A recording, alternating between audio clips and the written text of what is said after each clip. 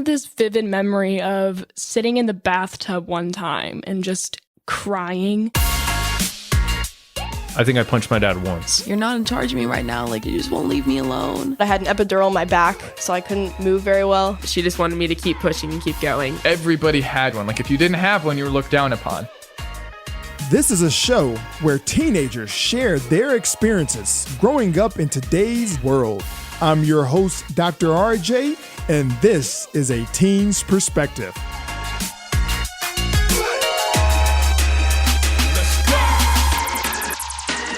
Hello and welcome to A Teen's Perspective. I'm your host, Dr. RJ, and today I have a special guest for you.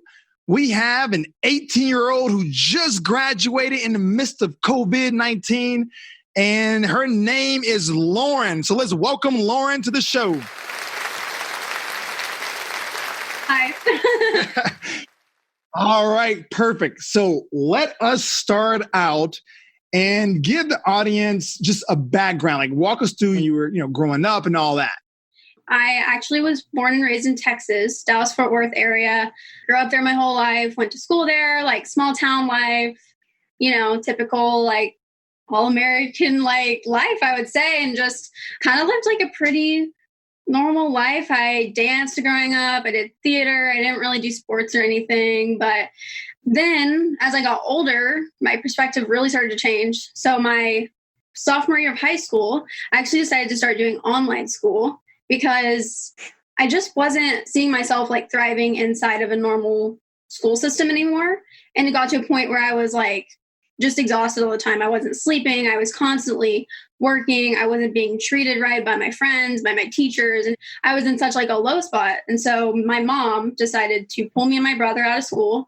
And we did online school. And ever since then, like all of our lives have just been super different.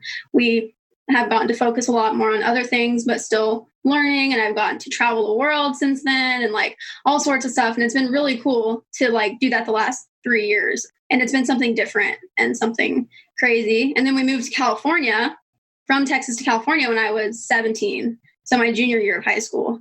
So lots of like change in the last 3 years after kind of my whole life being just like one constant line of things, like same thing year after year, which is great. And I loved it. And I had a great time, but it's been like really cool to see like the change in like me and my family's life in the last 3-4 years. So what grade did your mom move you to online school? My sophomore year. I think I just turned 16. Now walk us through that decision.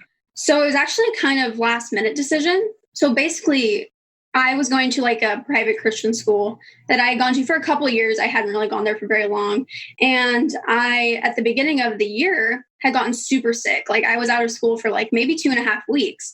And I was okay. I ended up going back to school. Like I was not sick anymore. I went and got my driver's license, went back to school. But I show up to school and they're like, oh, so basically this is going to take you months to make up 2 weeks of work, probably till December. And this was the beginning of the school year. Also, we're going to decide to give you Saturday school every Saturday since you missed so many days of school. So you're going to have to come in on Saturdays and make up the time. And my mom was kind of like, no, that doesn't make sense. Like she was sick. She didn't do anything. Like, why are you going to punish her for it? And I came home from school that day. I remember so vividly. And me and my brother were sitting on the couch and she was like, do you want to homeschool? I was like, what? She was like, I mean, you're going to be sitting in your room till 3 a.m. every night making up this schoolwork that you missed for 2 weeks. And you're 16 and you're not going to have a life anymore. Like she was pretty heated about it, which I'm grateful for now. By the time I was like, whoa, you're crazy. Like this is not a good idea. So we literally kind of just decided overnight, like she was like, okay, you're not going to school the next day. She was like, let's try it out. Let's see what's happening. She signed us up for programs overnight. We started the next day and like, we never went back. Wow. Yeah. So initially you're like, wait, mom, slow down. And then I was like, hold the fuck. Like, and my brother is like 13 at the time. He's like, what is online? We didn't even know what the concept of online school really was. So it was weird. What did she say to get you to jump on board? Well, I think it was a lot of like, she's always worked from home and she kind of wanted not us to be around more, but she was like, if we do this, you'd have, like I said earlier, the opportunity to really travel more and get to see the world. And it's not like I wasn't going to get to see my friends or anything. It was nice. I mean, what she had pictured it as, I was like, okay, that doesn't sound too bad. So we tried it out. I was pretty sure I was not going to like it because I still am pretty like social and I like hang out with my friends. But then I realized that I only like doing that outside of school. So it was like, oh, this is like the perfect balance of things. Yeah, it was like totally random how all of that happened though. Yeah, that's a good point that you bring up because, that is probably one of the biggest fears of doing like online school, which now everyone is forced to do online school. But, it's like the friendships, they're worried about being around their friends, but you like, hey, I can still hang out with my friends, just not in school. Yeah.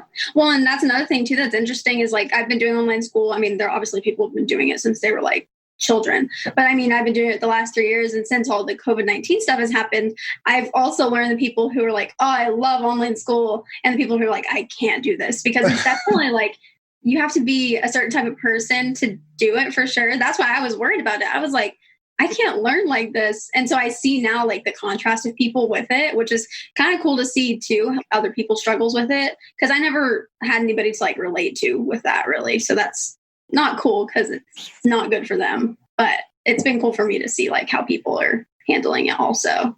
Share with us about your friends. Like, once you told your friends the news, I'm sure you like text them or something. And how did you guys' relationship change? A lot, but I remember that night, I literally texted my two best friends who still live in Texas. Well, one of them is in college in Alabama now. Anyway, I texted them in my group chat or whatever, and they were like, what? And they're in different grades than me too. So it wasn't like, oh, I'm not going to get to see you every day because we didn't really see each other all that much anyways. But they were like, wait, you're leaving? Because like we did theater together or sports together. And so they were like, that's just going to be weird to not see you every day. I would say it was definitely a little bit hard to be left out of that kind of stuff, to not be able to be like in the school theater production or playing on the soccer team or the dance team. If I feel like I missed out on anything, that was like it, it wasn't like prom or homecoming or anything like that. Like, yeah, it was kind of weird for them too. And it was weird for them to like adjust to my lifestyle as well, because my life changed a lot just because I would have a different schedule or whatever. And so it was weird, but it also really brought out like my true friends for sure. In my grade, like when you're a freshman, sophomore in high school, you're kind of like, just try to be friends with everyone, like even if they're not really your friend, and you don't really learn to change that until you get older, I don't think. And so like I had lots of friends who I was friends with, but after I online schooled or after I moved away, like we just kind of stopped talking to each other. So that was cool to really like find my real friends, because it's weird that it takes that much, but yeah, I definitely found out who the people I should keep in my life and shouldn't keep in my life are. So share with me like the family dynamic, because you mentioned that you have a brother, your mom works from home, your dad was probably working, right? Yeah. So my mom and dad are divorced. So my dad still lives in Texas. But during all this, starting homeschool and stuff, we still lived in Texas. And like I was driving. So me and my brother would go to my dad's on the weekends or on a weekday, just kind of whenever we felt like it. And we still have like a really good relationship with him. And so it was just me, my mom, my brother, and my stepdad in this one house. And then my other step family and my dad in the other house. And it changed a lot. I mean, my dad is like a very traditional dude when it comes to that kind of stuff, when it comes to schooling and like path of life, if you will, which there are lots of people who are. And especially when you grow up in the South, that's so, for me, I really realized like growing up in a small Southern town, like everybody kind of just does the same thing. So it was weird for him to see his kids who have been going to school normally and their whole life, like to just kind of stop it. And it changed a lot between my mom and dad, because they are still great friends and they're close, but they're very different people. My mom is just like spontaneous and she always is doing new things. And she started like 5 of her own businesses and she's all this stuff. And then my dad, he has been running his insurance business and he's like, go to college and do this. And like, I appreciate both sides, but when they like clash like that, it's like, oh my God, I'm like, I can't handle it. And so it definitely took time between like me and my brother and our parents to like figure out a good way to like go about it, because we did realize we can't just like keep him out of the loop when it comes to that, even though we lived with my mom. So it was definitely hard at first and definitely like confusing for everybody, because nobody knew what they were doing, including my mom, who like said all this stuff. So it definitely took time, but after we got everything settled, and it helped a lot that we were also older too, into high school and stuff. So, but it was definitely a weird transition, like something that took a lot of time to get used to for sure. How old were you whenever your parents split? I was almost 4. My brother was a year and a half old, maybe. So it's been, like that our whole lives. So you're used to the dynamic. Yeah, I had been adapted to that since I was in first grade, So it's definitely like we know how to go through those transitions, but it's still like the communication is like a problem. So, but I feel like it's like that with like parents normally too. Hello, this is Dr. RJ. I hope you are enjoying the show. I just want to encourage you to hang around after the interview. I will be coaching my guest on whichever topic they choose. Life coaching has been proven to increase success and happiness in teenagers. So if you're interested in having a life coach for your teenager, register at www.lifescholarsacademy.com. So how was it growing up when they were like almost like two separate families? 'Cause you say your dad has his own family and your mom, she married. So how was that growing up? It was weird because they were both not with anybody for so long between like my step-parents. So my dad is remarried and then she has 2 kids. And then my mom's remarried and then he has 2 kids. So I have 2 step siblings on each side and then me and my brother. So there's 6 of us in total. We're all around the same age, all the kids. We're all Wow. the age. Mm-hmm. The oldest is a sophomore in college and the youngest is a sophomore in high school. So we're very close in age. We actually all grew up going to the same schools, coincidentally. And then also my dad and my mom both got remarried within the same 30 days. And each family's moved into my houses within those 30 days. When that was happening, I was like 9 or 10. So I feel like that's why I didn't even think about them being divorced because all of that happened. And it's like, what? It was chaotic. And like, of course, there was drama, so much drama, but tried to be, but it was weird. Like that was the weirdest thing was like people moving into my houses. Like, cause at that time I lived perfectly like half and half with my mom and dad. So I had my life at each house. And so I had this family moving into my dad's house and this family moving into my mom's house. And I was like, I didn't know, like, I really hardly knew these people all that much. It was just kind of weird. And now it's all cool because I'm close with everyone and like, it's chill, but it was definitely like just too much going on at the time. And like with all of us being in school. And at that time I was like, basically working for like a professional ballet company. And I was going to like dance 6 days a week at the age of like 11, all this stuff. And it was like, what's going on? And so that took lots of adjusting, but it was crazy.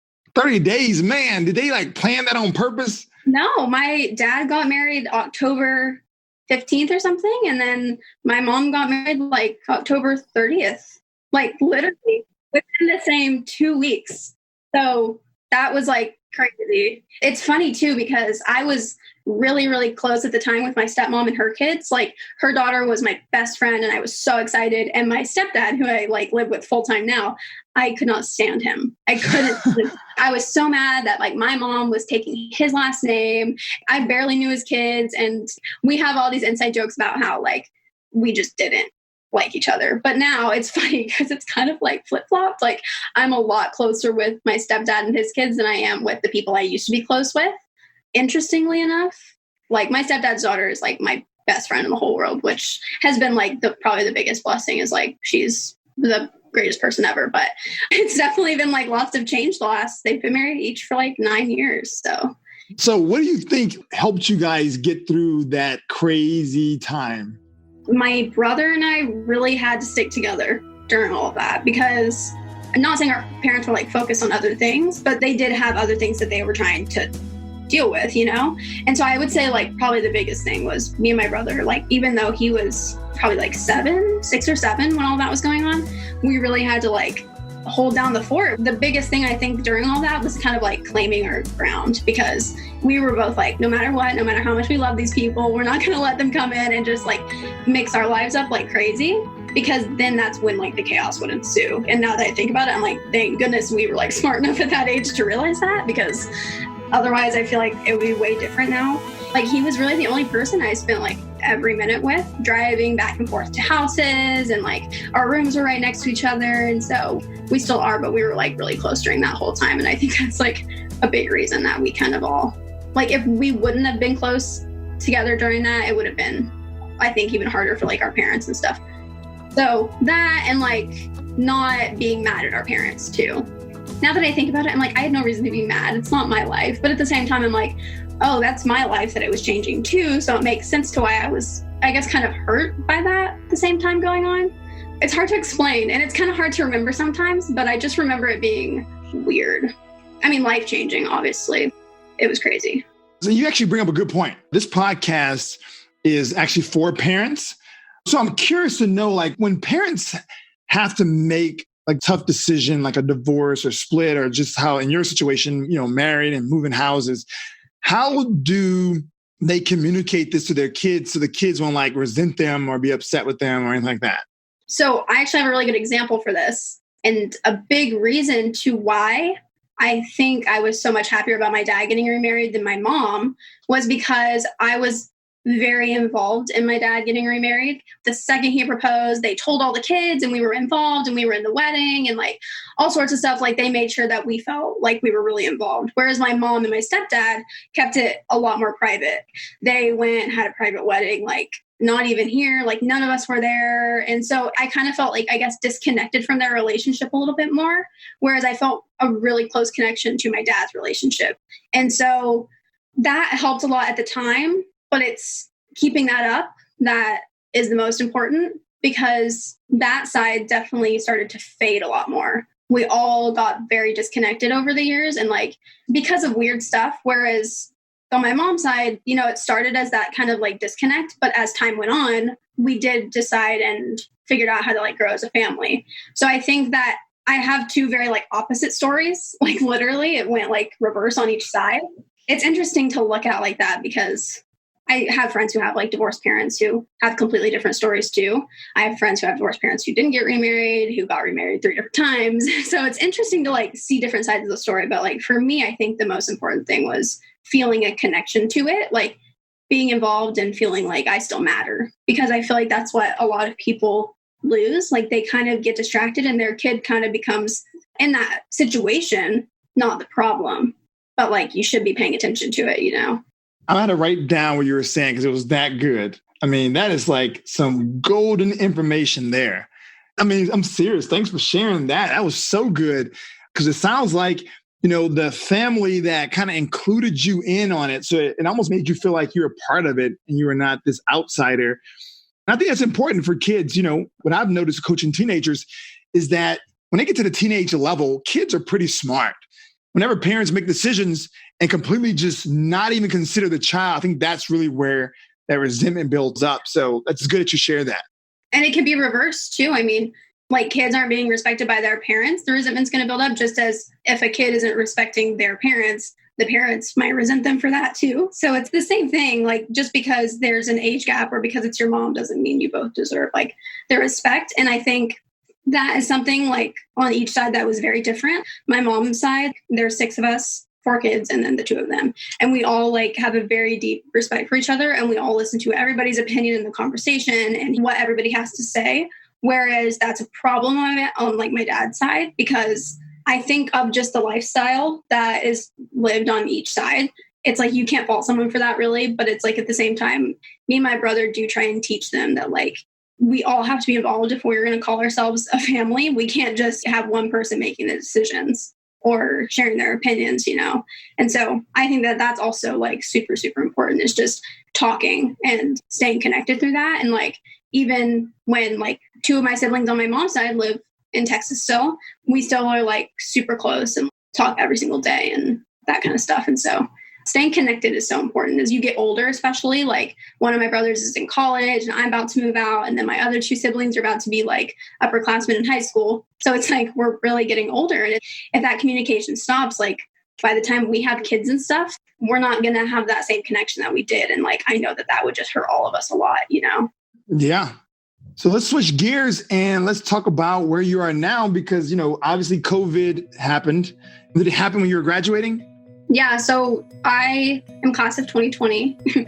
So graduated like beginning of June, like technically, but I do online school. So I was never going to have like a real graduation or anything anyway. So it was like, didn't really affect me too much, which was nice, but it was still like weird because as much as like I do school at home, it did definitely affect like my year. Like you like see your senior year as being like, oh, it's senior year. I'm going to like do crazy stuff with my friends and like live it up and blah, blah, blah. And like that kind of got shot down second semester. And first semester, everyone's so busy. Nobody even does anything. So I don't know. We've made our way through it and like my friends and I, but it's still weird to like not have that time. And it's like, that's time you're never going to get back. So that's been like kind of a hard pill to swallow, I think. But it's also really nice to know that I'm not alone in that because there are millions of other kids going through the same thing right now, not just seniors in high school, people who are freshmen in college too. Like that's not fun or seniors in college. And so, you know, it's been hard. One thing I really love about like my age group right now, like this generation, is that we kind of are just like, whatever. It was kind of a big deal for a second. And it was kind of like, okay, stop talking about it. But once we did, now it's just like me and my friends specifically, we just try and kind of find ways to like make a fun time out of it. And it's gotten to where it's more normalized now to where like I can have a couple friends over or like we can have sleepover or like I'm also really lucky to live in a place where we have the beach and stuff too. So I can do that. But it's weird and it's not been like the greatest time. I think it'll be interesting and like cool to say that that's like the age I was living through all of this right now. But yeah, it's been weird and crazy, but it could be worse. Yeah, that is definitely the case. You're right about that. So you mentioned before we jumped on the interview that you know you're not going to school, right? So where are you now? Like, what are you going to do? So basically, it was kind of crazy because I had a solid plan. So I'm not going to college, but I'm going to go to film school in LA. So me and my friend, who actually doesn't live here, she lives in Costa Rica, and we've known each other for 3 years now. We had a plan to move to Burbank together because she was going to school out there and I was going to go to a film school. And we were like, oh, we found this amazing place that's super nice, but not like too expensive for us. And we were super excited. And it was supposed to happen in like September. And then Costa Rica closed the borders. LA is closed down and that all got shot down. So now we're both in a place to where like, oh, what do we do now? And that's been like the hardest thing is like figuring out what to do now because we had this like plan and we knew what we were doing. And now it's like, do we have to change the plan? Do we just push it back? Like, what do we do? So it's been weird. And like, I don't know, like we both kind of feel like our parents are like, they just want us to stay at home as long as we can. Like my mom does not want me to leave at all. She's like, no, you can live here as long as you want. I'm like, I appreciate that, but I kind of need to get out of the house just a little bit.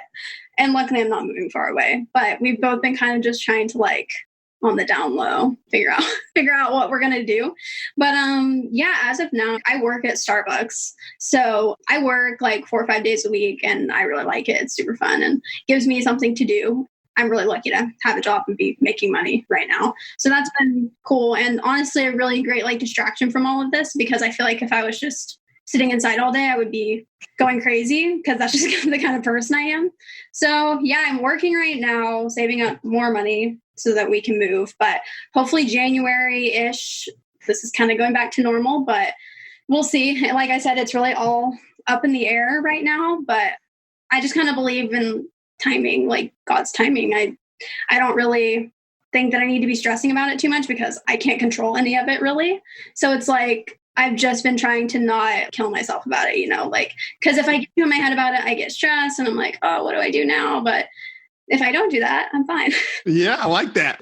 So share with me, like, what were your plans for film school?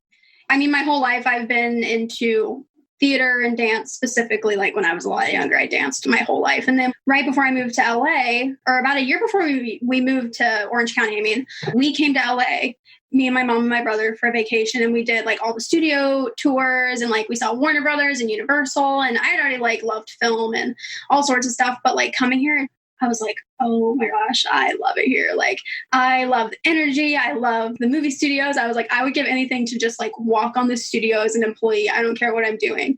Basically, like literally the second we left that trip, I was like, okay, this is what I want to do with my life. And for a long time, I was like, oh, I just want to be an actress. But as I've gotten older, I've like realized the other kind of things I wanted to get into. It's not unrealistic to just want to be an actress, but it's also not realistic, I guess. So yeah, I mean, ever since then, I've kind of just been trying to do everything I can. I've done a few films and then all of this kind of kicked up. But I've gone to do cool stuff. That was a big part of like the debate with college is like, oh, do I want to go to college? Blah, blah, blah. But moving here has actually opened my eyes a whole lot to like figuring out as a actor, like what I should do. And like talking to people who work in the business have given me like some really awesome advice too, which is super cool. Stuff that I wouldn't know if I still like lived where I did, you know? If I still lived where I did, I'd probably be going to like some random school and studying films. That's been the coolest thing for me is like, I think everybody has their own path. If you want to go to college and study film, you do that. If you don't, you do that. It's been cool to see other perspectives because I just don't want to go off of what I know because that will probably just put me in the gutter because I can't be a know-it-all, like, you know. So that's been eye-opening to like listen to other people and not be so like, I know this, this, and this, you know. Oh, yeah. You're going to be so successful with that attitude for sure. Thanks.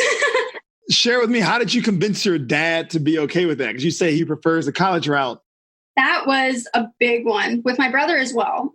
My brother is a basketball player and all this stuff, and he's awesome. But so I basically have been warming my dad up to it since I was probably like 8 years old. Like I've known since a pretty young age, like that I didn't really want to go to college, or at least I didn't want to go to college for what normal people like would, or like not normal people, but certain people, like, or the people that I grew up with. Like lots of my friends are going into sciences and all sorts of stuff. And I'm like, not me, I can't.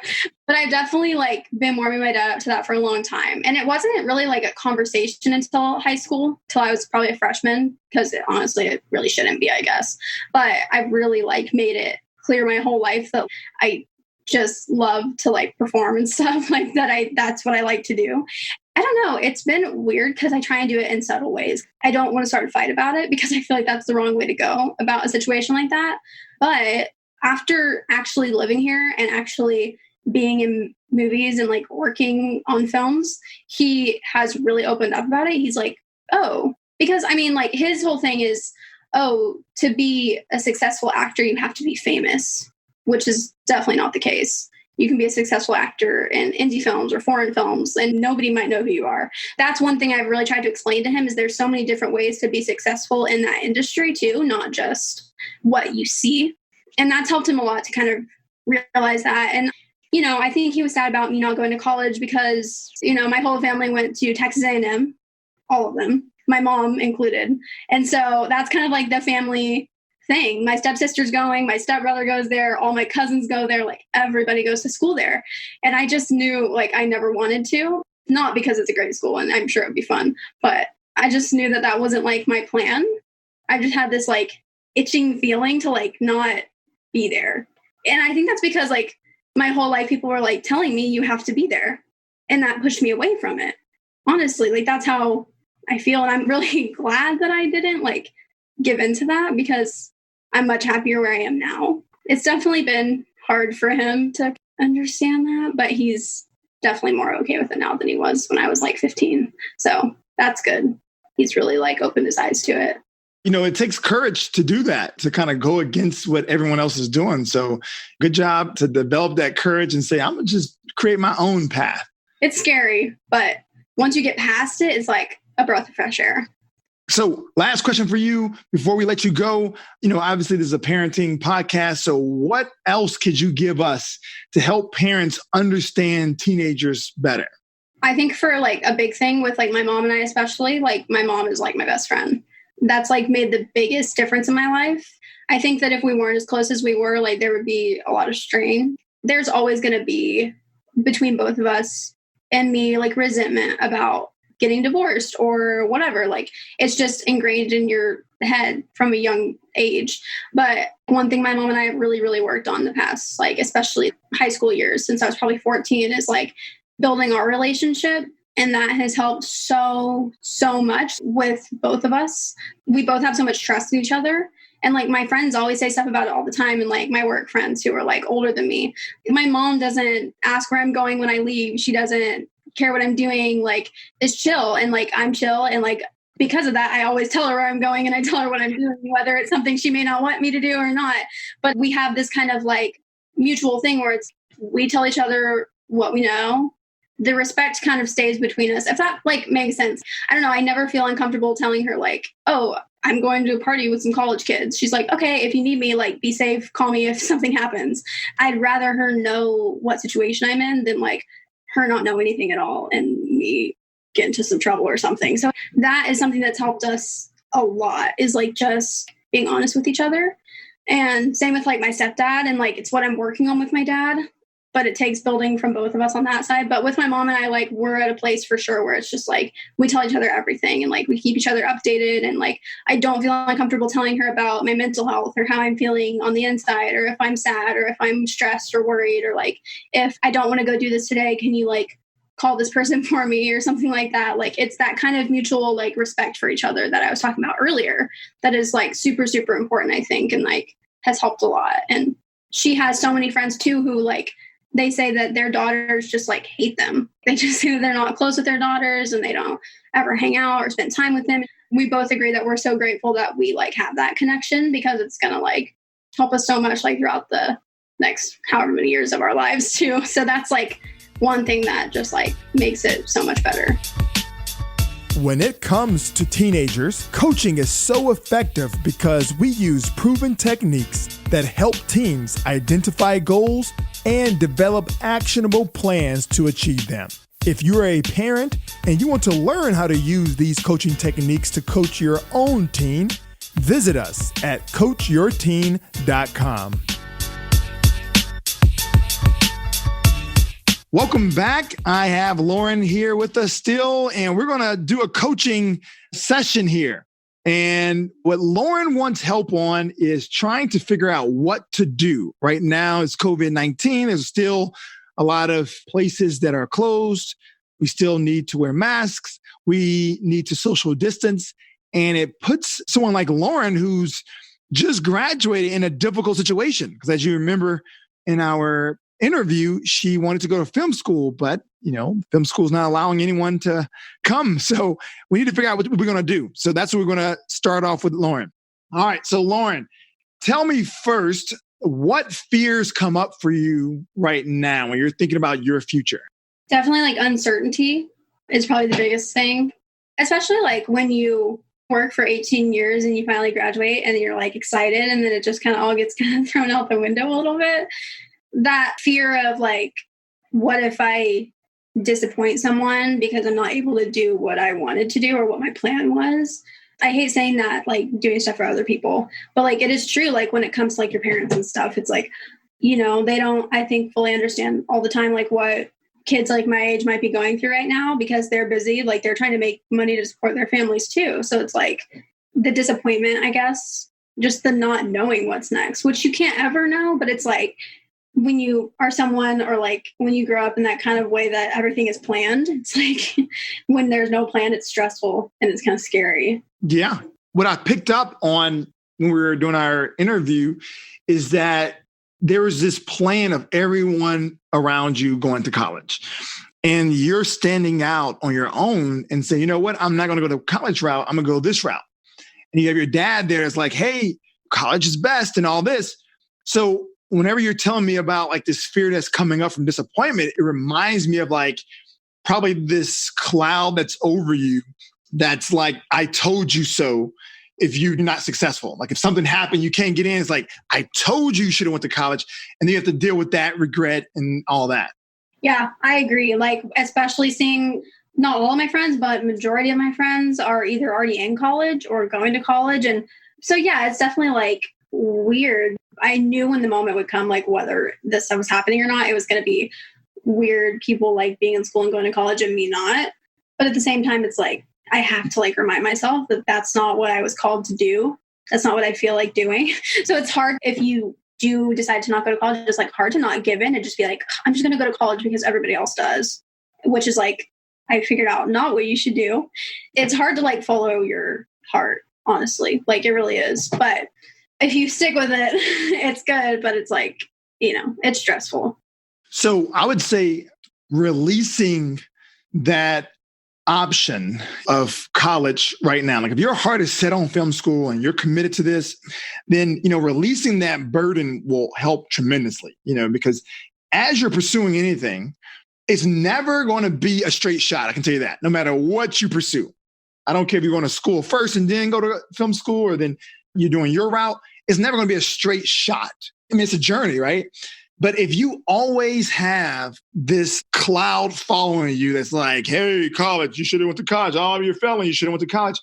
I mean, you're going to really beat yourself up. So I think will be super, super helpful is just releasing that. Like, just let it go and letting it go of the fact of this is my decision, right? And even if it doesn't go as planned, who's to say that going to college would have went as planned? You could have went to college and then got stressed out and dropped out. I mean, so you have to release the unknown of like the college, because there's no way that you know that that was the right way for you. Exactly. I totally agree with that. And especially now, like, times are changing so much, which has also helped a lot. Like, people all the time say, oh yeah, like, I mean, obviously if you're going to be a doctor or a lawyer, like, go to college. But like, if you're not going to take certain like routes in life, you don't need to go to college. And it's like, college is always going to be there if you want it.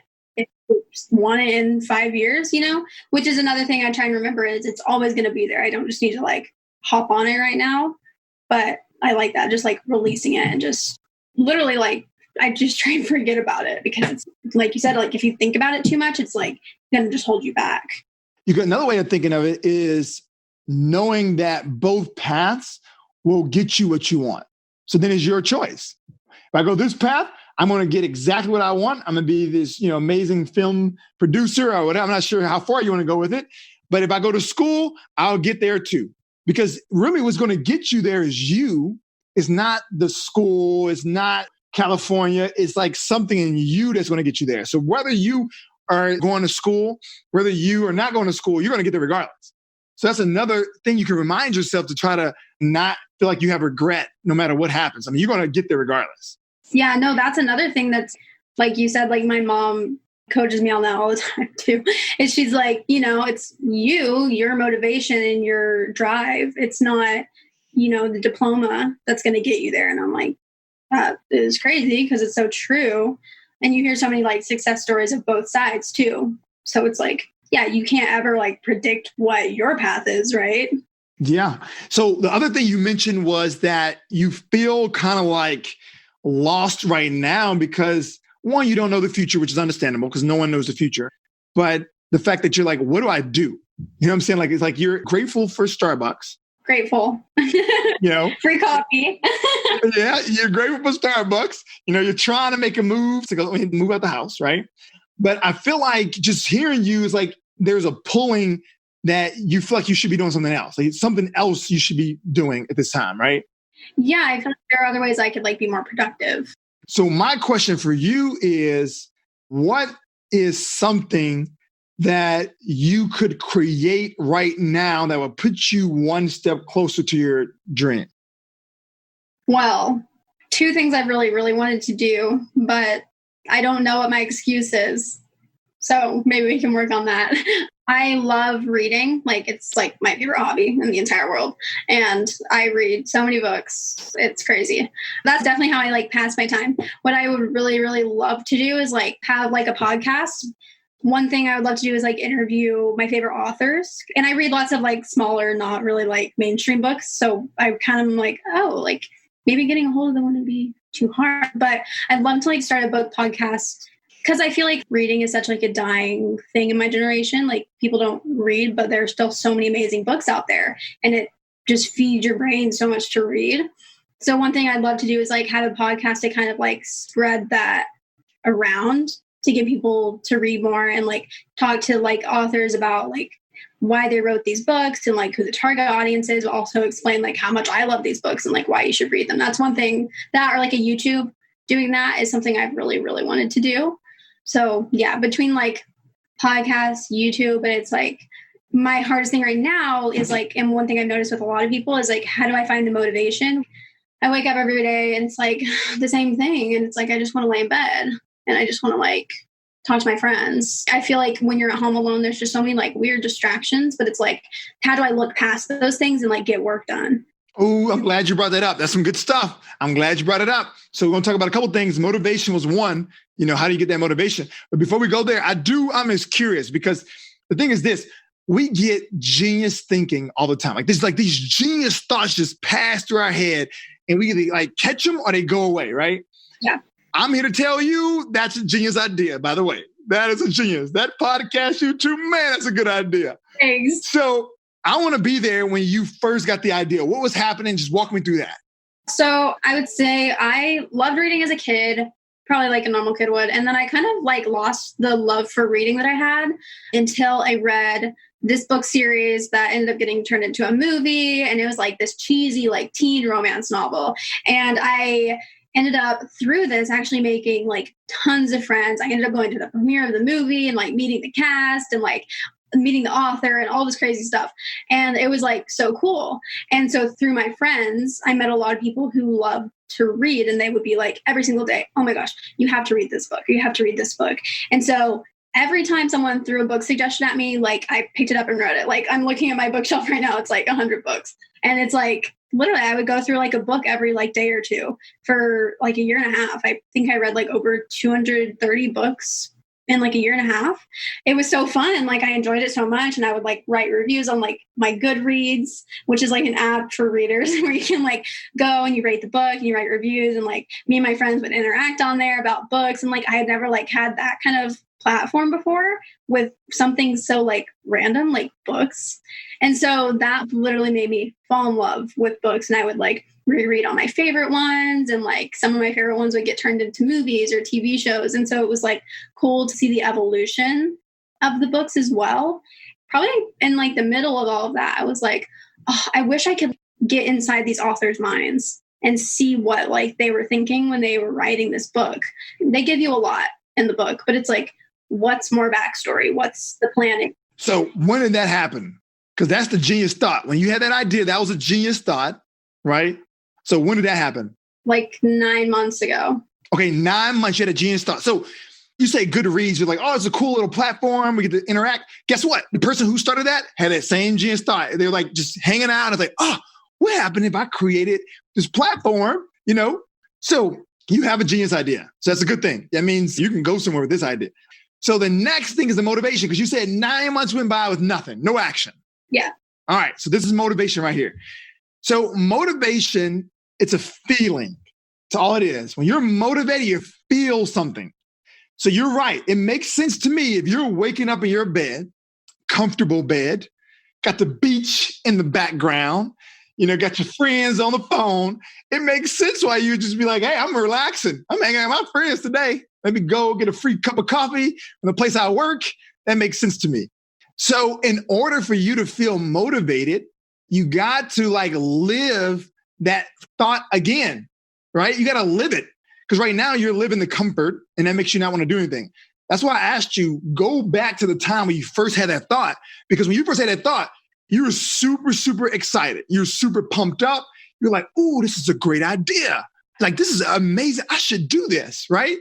And I'm sure the next day you were thinking like, yeah, YouTube, I can do a podcast. All these thoughts were just running rampant. At that moment, you probably had so much motivation. You probably was like literally on fire, so motivated. But then over time, nothing happened, right? Yeah. So if you ever want to like grab some motivation, you have to rethink that moment and relive it, experience it. Like just think back, I'm like, yeah, I was here, you know, I was with my friends. I remember I was wearing those pink shoes. I don't know if you wear pink shoes. I do. I had my Disneyland sweater on. Like you got to relive the moment. Like, yeah. And I remember why I thought that. And then a light bulb switch on, you start getting motivated and you got to take action. So the key is to remember you're going to feel good. Because the boost is the feeling. You got to feel it first. Like in your head, you already know 9 months just thinking about, hey, it's a great idea, but I didn't do anything. Well, because you're not feeling something about it. You got to feel it and then immediately do something to take action. Something. Well, and that's one thing I also wanted to bring up is like this year, I was like slacking on my reading and I'm like, I'm still reading books, but like compared to what I was doing, it's like, oh, I feel like I should be doing more because it's like what I love to do. And one thing I've been struggling with the past few months specifically is my job. I love it and I get great benefits from it and I make good money from it. But at the same time, I don't feel like it's always holding me back, but I feel like when I'm in my prime, when I have to go back to work, I just kind of drop again. Like I feel like I'm like doing really, really well because I had 3 days off of work, and then I go to work and it was great, but I'm exhausted because I woke up at 4 a.m. and I just like, ugh, and I don't want to do anything for like 3 more days. That's a problem that I see that I'm having right now. And something I've been debating is like, okay, right now I work and I'm lucky to have a job during all of this and it's great. And what else do I have to do? But at the same time, I feel like if I wasn't working, even though I wouldn't be making money, I would be making more progress like with myself. And so it's hard to place my priorities because I feel pretty all over the place right now with it, you know? And it's like, I want both, but I can't have both, if that makes sense. And that's really where my head has been lately, like, especially since all of this kind of started, like for sure. So it's like, where do I go with that? So I'm curious, can you share with me a time when you felt like you stood up for something? Was there a time that you saw some injustice and you wanted to like step up for a person, or you saw someone getting bullied and you stepped up, or you wanted to write a letter to someone? Anything like that ever happened in your life? Well, I mean, especially this year with all of this Black Lives Matter stuff. And when that was happening, I was in this really small conservative town, you know, didn't agree with this movement. And I would see these people around, like these disgusting people, like, and obviously I have different beliefs than them, I guess, but I would see these people and be like, why would you think this stuff? Like, why would you not support lives? And so it, during like the last, you know, it's still going on right now, obviously, protests and all sorts of stuff and social media. It hasn't ended. That's one thing that's really kept me motivated to wake up every day is like, okay, I have this privilege and I have a job and I have this and that. And I'm so lucky. It's like, why wouldn't I stand up for these other lives? They're the same people as me. We may not have the same skin color, but what's the difference? Like, they're just as amazing. They're just as special. Why are they being treated differently? So that's what I wanted to bring up to you. So my point is, when you're passionate about something, time doesn't exist. Right. So when you're thinking about your job, you know, you're probably thinking like, well, I should quit my job and have more time. It's not guaranteed, because that's not what's holding you back from your podcast or your YouTube. It's not the job at all. You got to get more passionate about it, because when you're passionate about something, it doesn't even matter what's going on. You're going to make time for it. I mean, you're going to make it happen. If you're exhausted because of work, then it's like going to bed earlier and things like that. You know, that can help you with time. But I necessarily would not make the decision to quit the job because you think it's going to help you with the podcast or the YouTube or anything like that. Because you can do podcasts and YouTube on the side. Like, you got to start to feel what you felt at the time you had the idea. Because when you had the idea, I'm telling you, you felt something. I'm 100% certain you felt something. To still be talking about it like 9 months later, you felt something. And you got to relive that. Every time you're reading your book, because you say you still read books, every time, I know you're in your head like, man, what did the author say about this? What did the author say about that? That is going to re-burn this desire to like make this happen. Yeah, because then it's what I just end up like Googling a bunch of stuff about it. I'm like, oh, why don't I just figure it out for myself? That's it. So that's kind of where I'm at. And I'm like, too, right now, the timing is nearly perfect, because it's like those people are just at home writing new books. Like, they have nothing else to do right now either. I'm sure they would love also that sort of like promotion. We can help each other. And guess what? The fact that you work at Starbucks, those people read. So check out my podcast. I mean, that's like a perfect place. You know, but hey, have you heard of this podcast? I mean, it's perfect for that.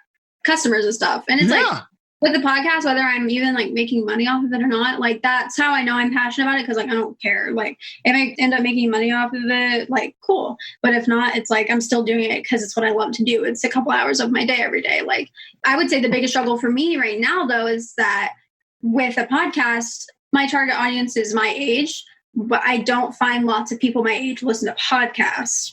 But I think that it would be better as a podcast because it's conversation, not focused on other things going on. It's not necessarily like YouTube. It's like an interview, like face to face.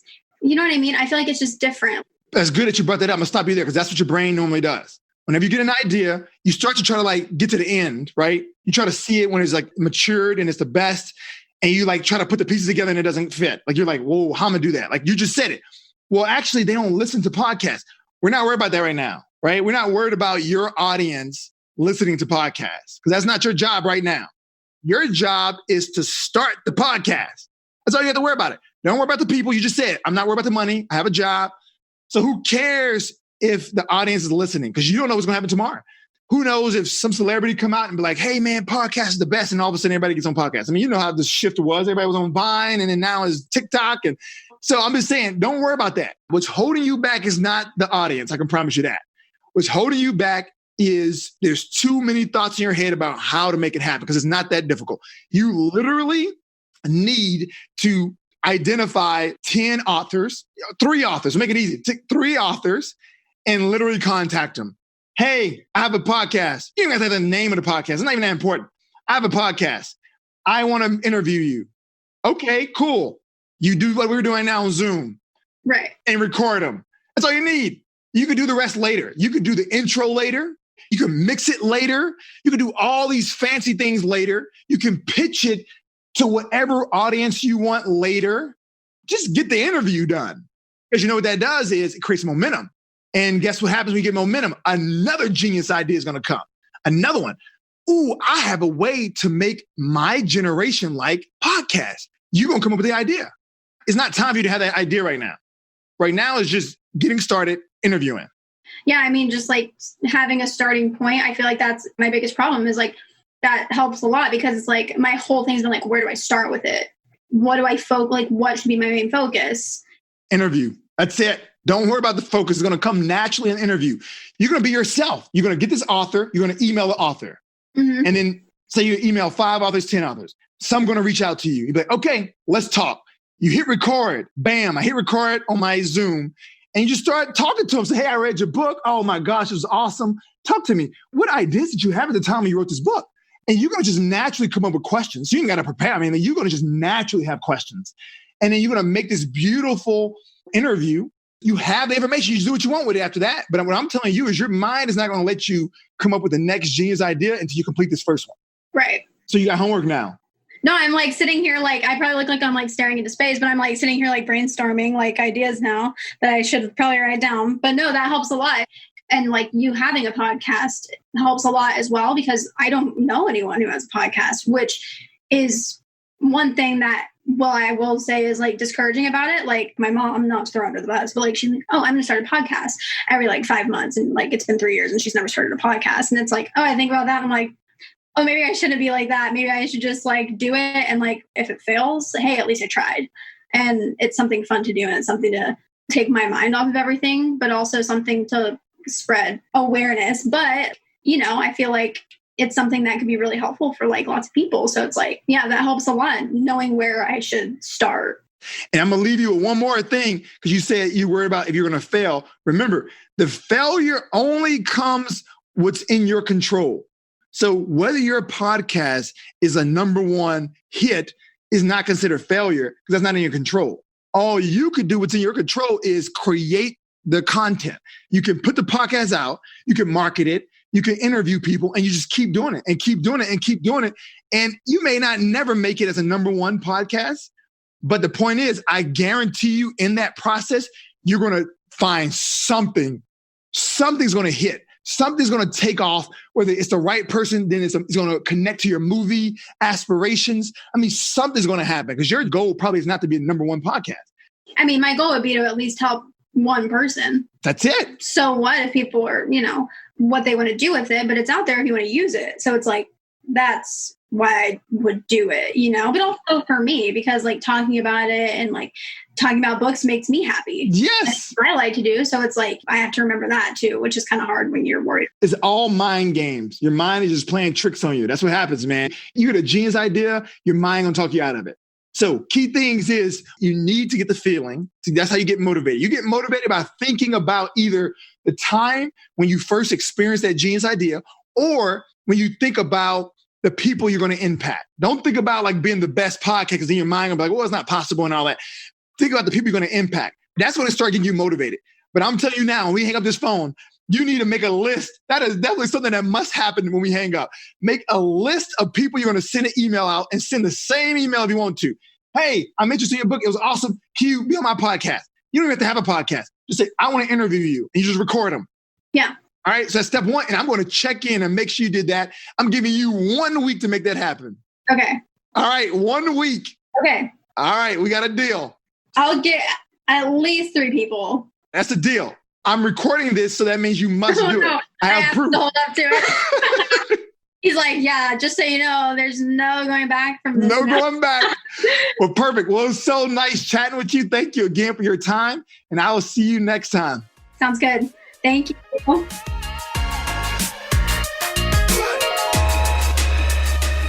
Well, I hope this interview will help in some way with the relationship between you and your teen. Thank you for listening, and thank you so much for all your support. Please review, rate, and subscribe, and share with a friend. Once again, I'm your host, Dr. RJ, and this is A Teen's Perspective.